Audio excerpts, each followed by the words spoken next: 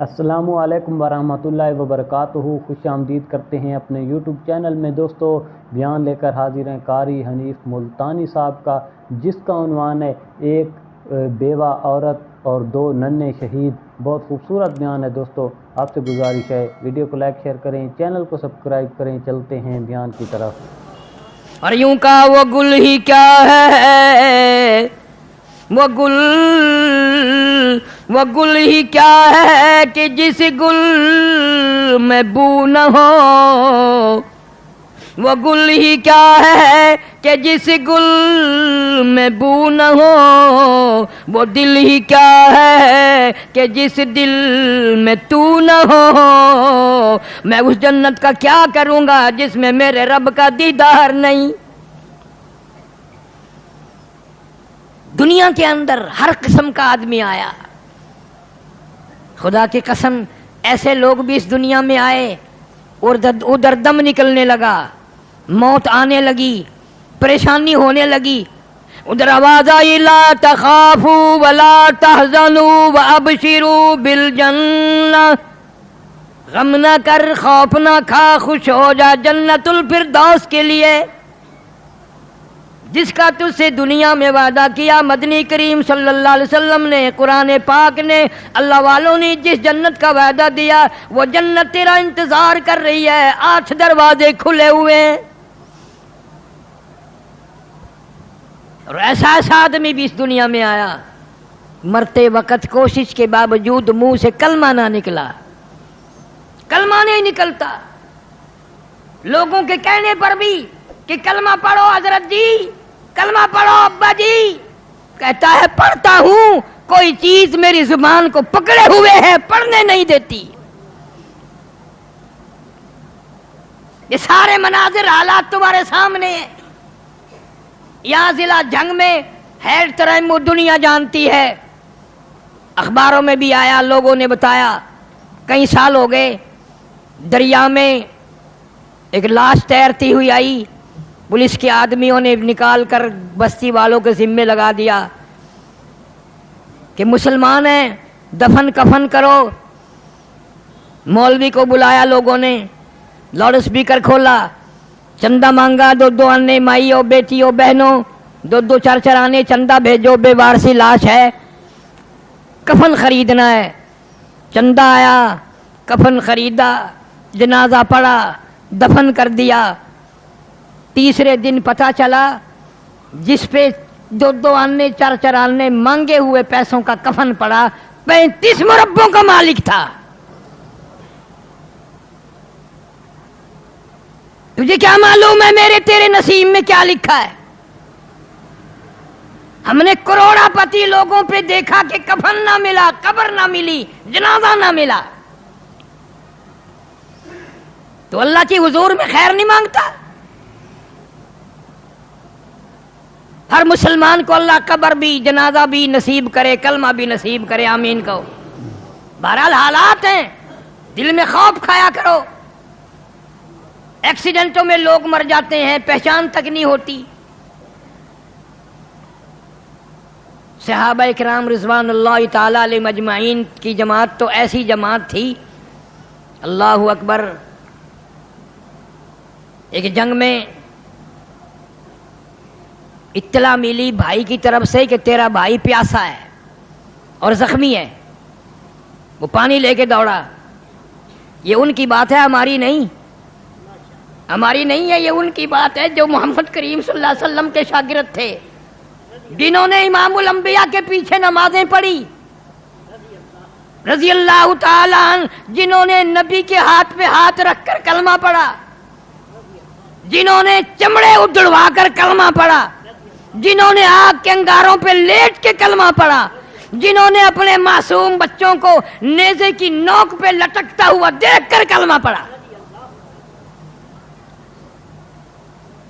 اطلاع ملی پیاسا ہے بھائی، پانی مانگ رہا ہے، آخری وقت ہے، یہ پانی لے کے دوڑا، تلاش کیا، مل گیا، برتن میں پانی ڈال کر دیا، برابر میں پڑے ہوئے دوسرے زخمی نے بھی آواز لگا دی، بھئی اپنا بھی آخری وقت ہے، 2 گھونٹ پانی اگر زیادہ ہو تو مجھے بھی دینا، میں بھی حلق گلا کر لوں گا۔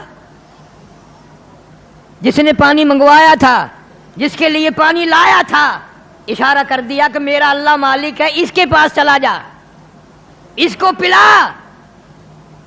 اس نے پانی لیا اور پینے کا ارادہ کیا، تیسرے نے آواز دی بھائی 1 گھونٹ پانی ہو تو ہمیں بھی دینا۔ اس نے دوسرے نے بھی اشارہ کر دیا پہلے اس کو پلا۔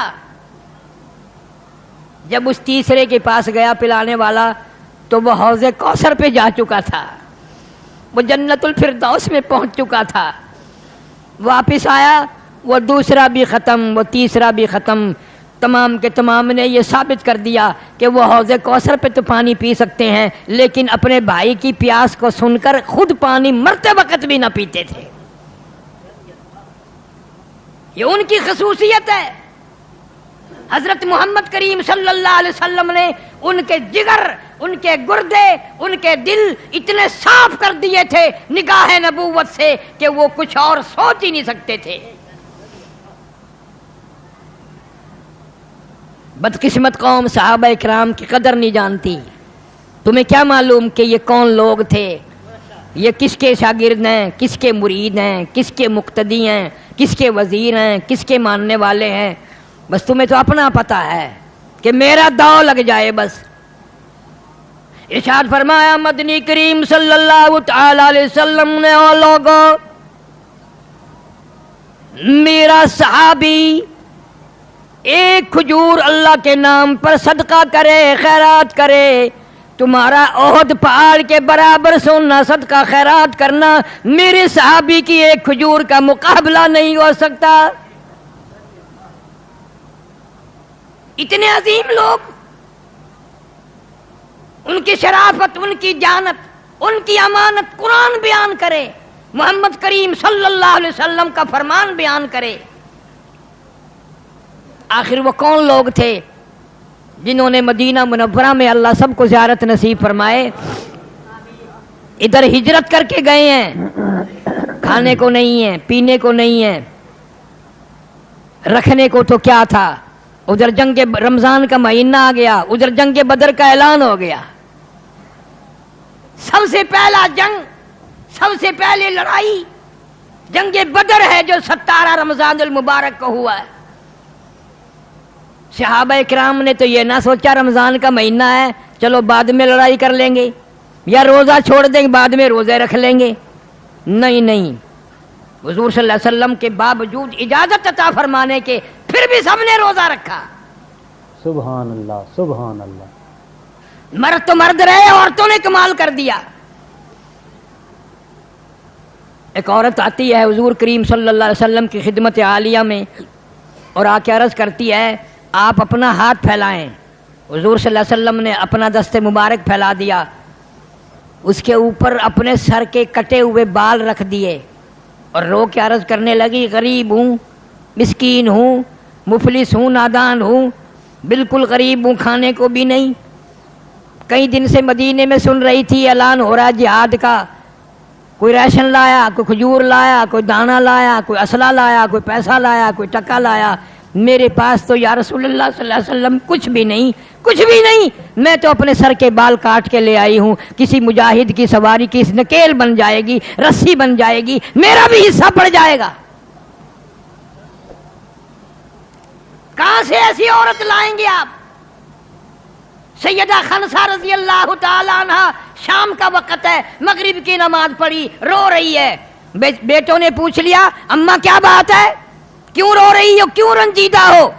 بیٹا تمہارے بس کی بات نہیں ہے، تم کھانا کھاؤ، تمہارے بس کی نہیں۔ انہوں نے کہا کیوں، کیسے نہیں ہے؟ اماں رو رہی ہو، ہم روٹی کھائیں؟ بڑی دیر کے بعد فرمایا 3 دن ہو گئے مدینے میں اعلان ہو رہا ہے جہاد ہوگا، اللہ کے نام پر لڑائی ہوگی، میرے گھر میں کوئی بھی نہیں، تم بچے ہو، یتیم ہو، میں بیوہ عورت ہوں، کیا کروں؟ انہوں نے کہا جیسے حکم ہو۔ کہنے لگی پھر میری تو یہ تمنا ہے، تم میرے یتیم بچے ہو، میری زندگی کا آخری سرمایہ ہو، میری یتیم پونجی ہو، چلو میں تمہیں دربار رسالت صلی اللہ علیہ وسلم میں لے کے چلتی ہوں، اللہ کے نام پر پیش کر دیتی ہوں، بیوہ کی یتیم پونجی اگر اللہ کے رسول کے یہاں منظور ہو جائے تو اور کیا چاہیے؟ انہوں نے کہا اماں ہم تیار ہیں۔ سیدہ خنسا رضی اللہ تعالیٰ نے اپنے یتیم بچوں کو لے کے چلی دربار رسالت میں صلی اللہ علیہ وسلم میں آ کر کے کہتی ہے یا رسول اللہ ہیں تو چھوٹے، طاقتور بھی نہیں، جوان بھی نہیں، میں بیوہ کی یتیم پونجی قبول فرماؤ، جہاد کے لیے انہیں قبول فرماؤ، انہیں لے جاؤ، اللہ کے نام پہ قربان کرنا چاہتی ہوں۔ آپ نے فرمایا یہ تو ابھی چھوٹے ہیں، یہ تو ابھی بچے ہیں، خدا کی قسم ان کی اولاد کا جگر دیکھو، ان کی اولاد کے دل دیکھو، اولاد کی تربیت دیکھو، یوں ایڑیاں اٹھا کر کھریاں اٹھا کے یوں اوپر کو ہاتھ کر کے دکھاتے یا رسول اللہ میں اس سے بڑا ہوں، یا رسول اللہ صلی اللہ علیہ وسلم میں اس سے بڑا ہوں۔ اور صحابہ کی اولاد بھی دیکھو، مدنی کریم صلی اللہ علیہ وسلم نے قبول فرما لیے۔ حضرت خنسا الگ لے کے گئی دونوں بچوں کو اور کہنے لگی میں تمہاری کیا لگتی ہوں کہ اماں ہے، میں نے تمہیں دودھ پلایا، میرے سے قسم لے لو میں نے ایک دن بھی بغیر وضو دودھ نہیں پلایا تمہیں، میں نے قرآن پڑھ پڑھ کے تمہیں دودھ پلایا، میں نے تمہارے ماموں کو رسوا نہیں کیا، تمہارے ابا کی امانت میں خیانت نہیں کی، حلال کا تمہیں جنا ہے۔ میری ایک وصیت ہے، میری ایک نصیحت ہے، سن لو، پیٹھ میں زخم نہ کھانا، چھاتی میں زخم کھانا، سینے میں زخم کھانا، شہید ہو جانا۔ میں مسلح پہ بیٹھ کر وضو کر کے انتظار کروں گی، ایک ایک کی شہادت کی خبر سنتی جاؤں گی اور قبولیت کے لیے جھولی پھیلا کر دعا مانگتے جاؤں گی۔ چنانچہ دونوں بچے تیار ہو کر کھڑے ہو گئے جنگ میں۔ حضرت معاذ اور معاذ رضی اللہ تعالی عنہما، عبد الرحمن ابن عوف رضی اللہ تعالی عنہ، بڑے آدمی، حضور نے فرما دیا سارے کہہ دو صلی اللہ علیہ وسلم، فرما دیا ان دونوں بچوں کا ذرا خیال رکھنا کہ اچھا جی، ایک کو دائیں کھڑا کر لیا، ایک کو بائیں کھڑے کر لیا، بیچ میں حضرت عبد الرحمن ابن عوف رضی اللہ تعالی عنہ جلیل القدر صحابی ہیں۔ دونوں بچوں نے کہا کہ چچا جان وہ ابو جہل کہاں ہے؟ وہ ابو جہل کون سا ہے؟ خیال آیا انہوں نے نام سنا ہے، بچے ہیں اس لیے باتیں کر رہے ہیں۔ انہوں نے کہا میرے بتیجوں یتیموں جب ادھر کو آئے گا تو میں تمہیں بتاؤں گا، دیکھ لینا۔ وہ آیا شرکس گھوڑے پہ سوار، اچھلتا ہوا کودتا ہوا گھوڑا آیا، اور عبد الرحمن بن عوف رضی اللہ تعالی عنہ نے اشارہ کر دیا کہ جس کو تم پوچھ رہے تھے وہ سامنے ابو جہل ہے۔ اسے کیا معلوم تھا ان کا یہ پروگرام ہے، اور پیچھے ماں کی دعائیں ہیں، پیچھے ماں کی دعائیں ہیں کہ وہ ابو جہل ہے سامنے۔ بس اتنا بتا کر دیکھتے کیا دایاں بایاں دونوں خالی ہیں، دونوں نے پہلے ہی پروگرام بنا لیا تھا، بات کوئی نہیں کی تھی، آگے کو دونوں نے منہ نکالا تھا، آنکھوں ہی آنکھوں میں پروگرام بن گئے۔ آج بدقسمت قوم آنکھوں آنکھوں میں غلط پروگرام بناتی ہے، بے عزتی کے پروگرام بناتی ہے، توہین کی پروگرام بناتی ہے، ایمان کو بڑا غرق کرنے کے پروگرام بنتے ہیں، خاندانوں کی عزت کو برباد کرنے کے پروگرام بنتے ہیں، مسلمانی کو مٹانے کے پروگرام بنتے ہیں۔ آؤ صحابہ کرام کے معصوم بچوں نے بھی کیا پروگرام بنایا۔ حفیظ کہتا کہ دونوں دوڑے اور کہنے لگے قسم کھائی، قسم کھائی، قسم کھائی کہ مر جائیں گے یا ماریں گے ناری کو، سنا ہے گالیاں دیتا ہے وہ محبوب باری کو، قسم کھا کے جا کے حملہ کر دیا، ان کے پاس لشکر نہیں، ہتھیار نہیں، فوج نہیں، محمد کریم صلی اللہ تعالی علیہ وسلم کی دعا ہے، برکت ہے، معجزہ ہے۔ کہتا تھے ان کے پاس 2 گھوڑے 6 زریں 8 شمشیریں، اور پلٹنے آئے تھے یہ لوگ دنیا بھر کی تقدیریں۔ ان بچوں سے پوچھا کیا لے کر حملہ کرو گے، کیا لے کر چڑھائی کرو گے، وہاں جا کر کے کیا کرو گے؟ کہنے لگے ہم نے کیا کرنا ہے، نہ تیغ و تلوار پر تکیا، نہ خنجر پر نہ بھالے پر، نہ تیغ و تلوار پر تکیا، نہ خنجر پر نہ بھالے پر، توکل ہے فقط ایک سادی سی کالی کملی والے پر۔ جناب صدیق اکبر رضی اللہ تعالیٰ عنہ فرماتے ہیں مدنی کریم صلی اللہ علیہ وسلم نے میدان بدر میں اتنی لمبی دعا مانگی، اتنے ہاتھ پھیلائے، سر سے اونچے ہاتھ ہو گئے، رحمت للعالمین صلی اللہ علیہ وسلم کی چادر بھی نیچے گر گئی، صاحب اللہ کی حضور میں فریاد کر دی، میرے پاس جو پونجی تھی میں نے لا کے کھڑی کر دی، اگر آج یہ پونجی میری ختم ہو گئی تیرا نام لینے والا بھی کوئی نہیں۔ اللہ اکبر۔ حق پرستوں کی تو نے گر دل جوئی نہ کی، تانا دیں گے بت کے مسلم کا خدا کوئی نہیں۔ بچوں نے دوڑ کر ابو جہل کو گھوڑے سے نیچے گرا دیا، اس کی دونوں ٹانگیں کاٹ دی، اس کے اوپر چڑھ بیٹھے، اور ایک دوسرے صحابی سے کہا ہمیں گردن کاٹنے کا طریقہ نہیں آتا، آؤ اس شکار ہم نے کر دیا ہے، اس کی گردن کاٹو۔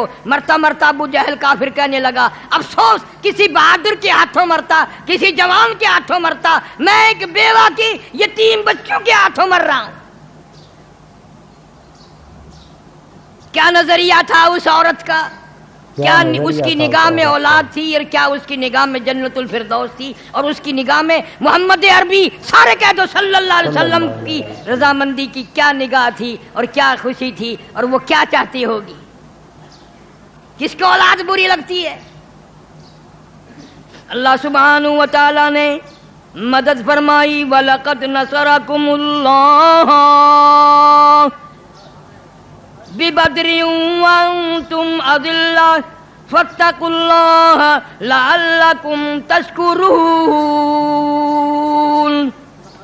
اللہ فرماتے ہیں بدر والے دن تم تھوڑے سے تھے، مختصر تھے، ہتھیار نہ تھے، سامان نہ تھا، بھوکے بھی تھے، ننگے بھی تھے، مجھے معلوم ہے تمہارے پیٹ میں بھوک لگی تھی، تمہارے منہ میں پیاس لگی تھی، تمہارے پاس ہتھیار بھی نہ تھے، تم تھوڑی سی تعداد میں تھے، میں نے 5000 فرشتوں کا قافلہ بھیجا۔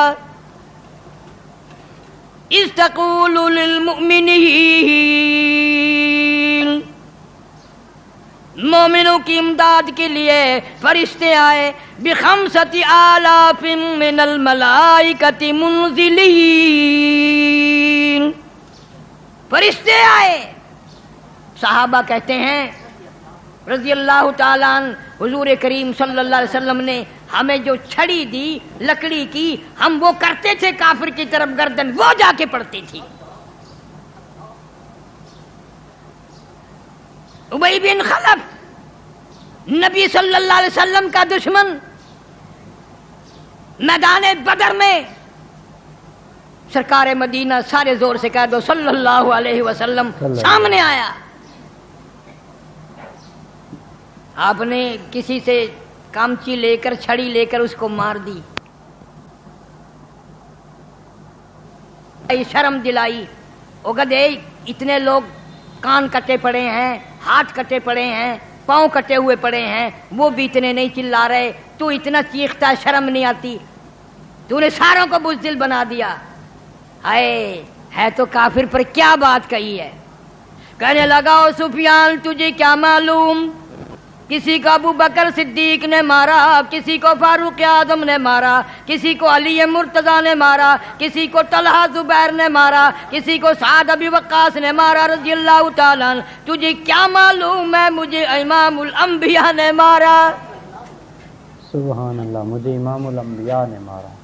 اور کہتا ہے وہ میرے اوپر مارنا تو درکنار، تھوک بھی دیتے میں مر جاتا۔ آؤ نبی کی قدر کافر کی زبانی سنو، تجھے آج تک قدر نہ ہوئی، تجھے آج تک اپنے محبوب کریم صلی اللہ علیہ وسلم کا پتہ نہ چلا، آ کافر سے پوچھ، دشمن سے پوچھ، اس کا عقیدہ معلوم کر۔ اور کہنے لگا ابو سفیان میں اتنا تکلیف میں ہوں، اتنا پریشانی میں ہوں، اگر میری تکلیف کو سارے عرب پہ تقسیم کر دو، کروڑوں آدمیوں پہ تقسیم کر دو، سارے مر جائیں گے۔ اللہ کسی کو کسی نے مارا، کسی کو کسی نے مارا، مجھے مدنی کریم صلی اللہ علیہ وسلم نے اپنے ہاتھ سے مارا، اور وہ میرے اوپر تھوک دیتے میں تب بھی مر جاتا۔ جانوروں سے نبی کی قدر پوچھو۔ مدینہ پاک میں چڑیوں کے بچے صحابہ کے بچوں نے اٹھا لیے، آئے ہائے آئے، اور چڑیوں کو بھی پتہ چل گیا نبی کیسا ہے، تجھے آج تک پتہ نہ چلا۔ حضور صلی اللہ علیہ وسلم کے سر مبارک پہ چین چین چین چین گھوم رہی ہیں چڑیا۔ آپ نے فرمایا یہ شکایت کر رہی ہیں، ان کے بچے واپس دے دو۔ کس نے بچے اٹھائے ہیں؟ چڑیوں کو بھی پتہ ہے کہ شفیع المذنبین ہے، غریبوں کا ہمدرد ہے، مظلوموں کا ہمدرد ہے، تجھے آج تک پتہ نہ چلا، تجھے آج تک پتہ نہ چلا۔ اللہ اکبر، ماشاءاللہ، سبحان اللہ۔ دوستو بیان فرما رہے تھے قاری حنیف ملتانی صاحب، بہت خوبصورت انداز میں بیان فرمایا ہے۔ اللہ تعالی ہمیں بیان سن کر اس پر عمل کرنے کی توفیق عطا فرمائے، آمین۔ دوستو بہت ہی خوبصورت بیان تھا، اس میں بہت ہی خوبصورت واقعات حضور پاک صلی اللہ علیہ وآلہ وسلم کی شان کے حوالے سے، اور حضور پاک صلی اللہ علیہ وآلہ وسلم کے غلاموں کی جو غلامی میں زندگی گزاری، کس طرح گزاری صحابہ کرام نے، اور حضور پاک صلی اللہ علیہ وآلہ وسلم کے ہر حکم پر لبیک کہا۔ اور صحابہ کرام کو جو جنگ میں گئے، اس میں ایک بہت ہی خوبصورت واقعہ کہ مدینہ شہر میں جب اعلان ہوا کہ جہاد فی سبیل اللہ ہے، کافروں کے خلاف جہاد ہے، اور اس میں جو حصہ لینا چاہے، جس حساب سے حصہ لینا چاہے، مالی امداد بھی کرے، اور جو جنگ کر سکتے ہیں، جو صاحب اطاعت ہیں، جو طاقتور ہیں، وہ جنگ بھی کریں کافروں کے ساتھ، اور کافروں اور مسلمانوں کا کے درمیان جو جنگ ہے اس میں سب لوگ شریک ہوں۔ اگر کوئی شریک نہیں ہو سکتا تو وہ امداد کرے اور پیسہ دے، تلواریں دے، کیونکہ اس وقت ہر چیز کی کمی تھی۔ تو جب اعلان ہوا تو ایک بیوہ عورت جس کا خاوند پہلے ہی کفر کے ساتھ لڑتے لڑتے شہید ہو گیا تھا، وہ جب اس بیوہ نے سنا تو رونے لگ گئی، اور رونے لگ گئی تو جب اس نے اپنے بچوں کو کہا کہ میں نے اعلان سنا ہے، تو ان بچوں نے کہا کہ آپ کیوں رو رہی ہیں اور کیا وجہ ہے؟ اور جب بچوں نے ماں سے پوچھا کہ آپ کیوں رو رہی ہیں، انہوں نے کہا کہ ہے کوئی وجہ، میں اس لیے رو رہی ہوں۔ آپ جب بچوں کو کھانا دیا کہ آپ کھانا کھائیں تو بچوں نے کہا کہ نہیں، آپ ہماری والدہ ہیں اور آپ رو رہی ہیں، ہم کس طرح کھانا کھا سکتے ہیں، آپ ہمیں پوری بات بتائیں۔ تو انہوں نے کہا کہ آج تیسرا دن ہے، اعلان ہو رہا ہے کہ جہاد فی سبیل اللہ کے لیے تشریف لائیں، اور جو بھی آ سکتا ہے وہ آئے، اور جو امداد کر سکتا ہے وہ امداد کرے۔ میں بیوہ عورت ہوں، میرے پاس اتنا پیسہ، سونا یا تلواریں نہیں ہیں کہ میں جا کر ان کی خدمت میں حاضر کر دوں کہ یہ میری امداد ہے، بلکہ تو اس لیے، اور میرا خاوند پہلے ہی شہید ہے، میرے آپ 2 بچے ہیں، اور وہ بچے ابھی چھوٹے ہیں جو جنگ میں شریک نہیں ہو سکتے، اسی وجہ سے رو رہی ہوں کہ میں کسی طرح بھی کام نہ آ سکی، اعلان ہوتا رہا، اسی بات نے مجھے دکھی کر دیا ہے۔ تو ان لڑکوں نے کہا کہ آپ گھبرائیں نہیں، ہم جنگ میں تیار ہیں، ہم جنگ لڑنے کے لیے تیار ہیں، ہم جنگ میں جائیں گے۔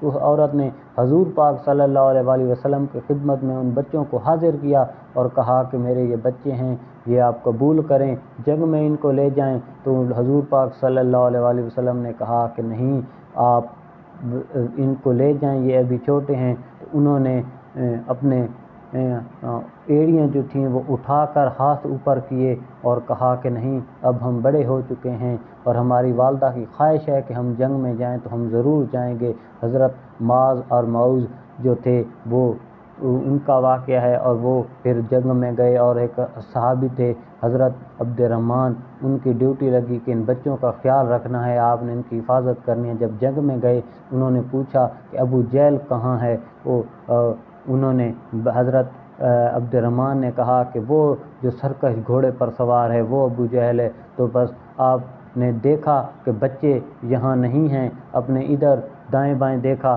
بچے گھوڑوں پہ سوار ہو کر نکل چکے تھے، اور بچے نکل چکے تھے تلواریں لے کر، اور گھوڑے پر سوار ابو جہل کی طرف دوڑے، اور جو ہی ابو جہل کے گھوڑے کے قریب گئے بچے تو ایک نے ایک ٹانگ کاٹ دی، دوسرے نے دوسری ٹانگ کاٹ دی، ابو جہل کو گرا دیا، اور صحابی کو آواز لگائی کہ آپ ہمیں گلا کاٹنے کا بتائیں، ہمیں طریقہ نہیں آتا کہ ہم اس کا گلا کس طرح کاٹیں۔ تو انہوں نے پھر صحابی کی مدد سے ابو جہل کا گلا کاٹا اور ان کو وہاں پر نیست و نابود کر دیا، اور پھر جنگ میں لڑتے لڑتے دونوں شہید ہو گئے۔ تو بہت ہی خوبصورت واقعہ تھا حضرت معاذ اور معوذ کا، جو قاری حنیف ملتانی صاحب نے بیان فرمایا ہے۔ امید کرتے ہیں کہ آج کی ویڈیو آپ کو پسند آئی ہوگی۔ ویڈیو اچھی لگی ہے تو ویڈیو کو لائک شیئر کریں، چینل کو سبسکرائب کریں اور بیل آئیکن کو پریس کر دیں تاکہ ہماری تمام نئی آنے والی ویڈیو آپ تک بآسانی اور سب سے پہلے پہنچ سکے۔